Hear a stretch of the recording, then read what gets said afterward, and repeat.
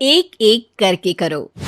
अंजलि की शादी कर ससुराल पहुंचने के साथ ही उसकी सास के हुक्म शुरू हो जाते हैं। हो गई शादी, बस मौज खत्म। कल से जल्दी उठकर काम पर लग जाना है। अरे माँ आज ही यहाँ आई है, इसे सब समझने के लिए कुछ दिन तो दो। मेरे और बहू के बीच की बात है, तू घर के मामले में ना बोलियो। इस पर जतिन वहाँ से अपने कमरे में चला जाता है और सास अंजलि को काम की लिस्ट सुनाने लगती है। सुबह पहले घर की सफाई करनी है, फिर कपड़े धोने हैं, साथ में खाना भी बनाना है। एक की वजह से दूसरा काम रुकना नहीं चाहिए है। जी मम्मी जी ठीक है। ये कहकर अंजलि अपने कमरे में चली जाती है। अंजलि, मम्मी हमेशा बोलती थी बहू आएगी तो उनका काम हल्का होगा, पर मुझे नहीं पता था कि वो काम हल्का करने की जगह टाल ही देंगी। कुछ नहीं होता, ये सब मैं अपने घर में भी तो करती थी, मुझे आदत है, कोई दिक्कत नहीं होगी। ठीक है, पर अगर कुछ हो तो बता देना। दोनों सो जाते हैं और अगली सुबह से अंजलि जल्दी उठ के सास के बताए कामों में जुट जाती है, जिसमें वो जैसे ही कपड़े धोने लगती है तो सास वहाँ आ जाती है। अरे सुनो, ये कपड़े ऐसे नहीं धुलेंगे, सबको डिवाइड कर फिर एक एक करके अलग अलग धोने हैं। क्या एक एक कपड़ा अलग करके? एक बार में सुनाई नहीं देता क्या? वही बोला है मैंने, लग जाओ काम पर हैं?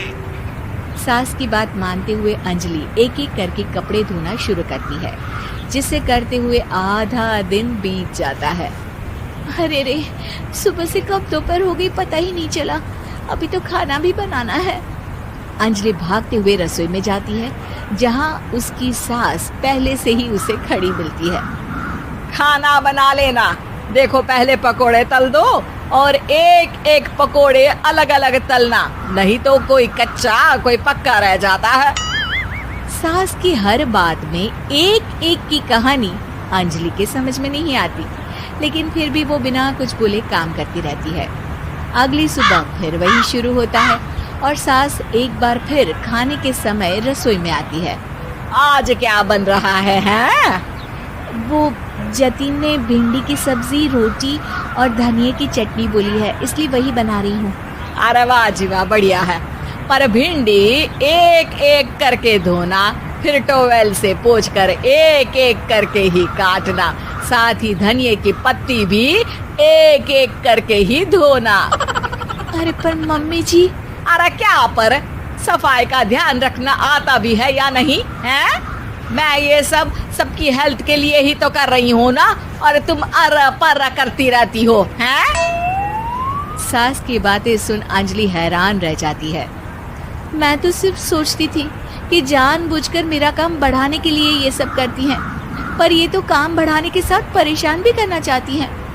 मैंने इनकी कौन सी बहस खोल दी जो इतनी दुश्मनी निकाल रही हैं? अब क्या करूं? अब अंजलि सास की बातों और हरकतों के बीच फंस जाती है। काम के लिए मना भी नहीं कर सकती, नहीं तो जाने कौन सा ड्रामा खड़ा कर दे। पर अंजलि, तुझे कुछ तो करना पड़ेगा। इतनी देर में जतिन भी वहां आ जाता है। अरे कौन ड्रामा खड़ा कर रहा है और क्या करना पड़ेगा? जतिन की बात सुन अंजलि सोच में पड़ जाती है। इन्हें सच बताऊं या नहीं? पर अगर ये गुस्सा हो गए तो? वैसे भी अपनी माँ से बहुत प्यार करते हैं, फिर उनके खिलाफ कुछ सुन कैसे लेंगे? अंजलि ये सब सोच ही रही होती है कि जतिन फिर बोलता है। अरे क्या हुआ, कहाँ खो गई? अरे नहीं कुछ नहीं, वो मैं टीवी सीरियल के बारे में सोच रही थी। यहाँ और कौन ड्रामा करेगा? अरे तुम भी ना, चलो मैं चलता हूँ।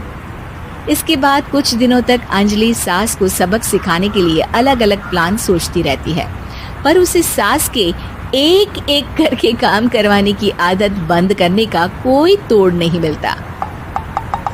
अगर ऐसे ही चलता रहा तो कहीं मैं एक दिन अपने सिर के बालों को भी एक एक करके सुलझना ना शुरू कर दूं। पगली हो गई है क्या? अकेले में क्या बड़बड़ किए जा रही हो? वैसे आज खाने में क्या है? आलू की सब्जी।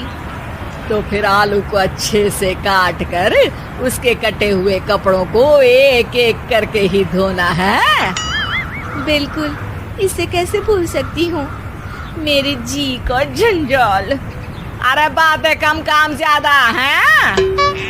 अंजलि एक बार फिर सास के कहे अनुसार काम करने लग जाती है, जिसमें सब्जी बनाते हुए उसके दिमाग में एक आइडिया आता है और वो सास को आवाज लगाती है, मम्मी जी सुनिए जरा इधर तो आना।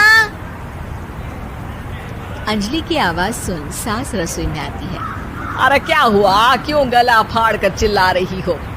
कुछ नहीं, वो सुबह कपड़े धोने की जल्दी में नहाई नहीं थी और अब शाम की पूजा भी करनी है, तो आप जरा सब्जी देख लीजिए ना, तब तक मैं नहा कर आती हूँ। अंजलि सास को रसोई में छोड़कर नहाने चली जाती है। इसी तरह देखते देखते 4 घंटे बीत जाते हैं, लेकिन अंजलि बाथरूम से बाहर ही नहीं निकलती, जिसे देख सास उसे आवाज लगाती है। अरे बाथरूम में ही समाधि लगा ली क्या? यहाँ सब्जी बनकर ठंडी भी हो गई और अभी तक तेरा नहाना खत्म नहीं हुआ।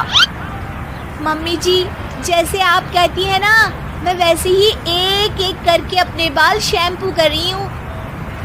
तो अभी 3 घंटे और लगेंगे, तब तक काम और जतिन को खाना सर्व करना आप संभाल लेना।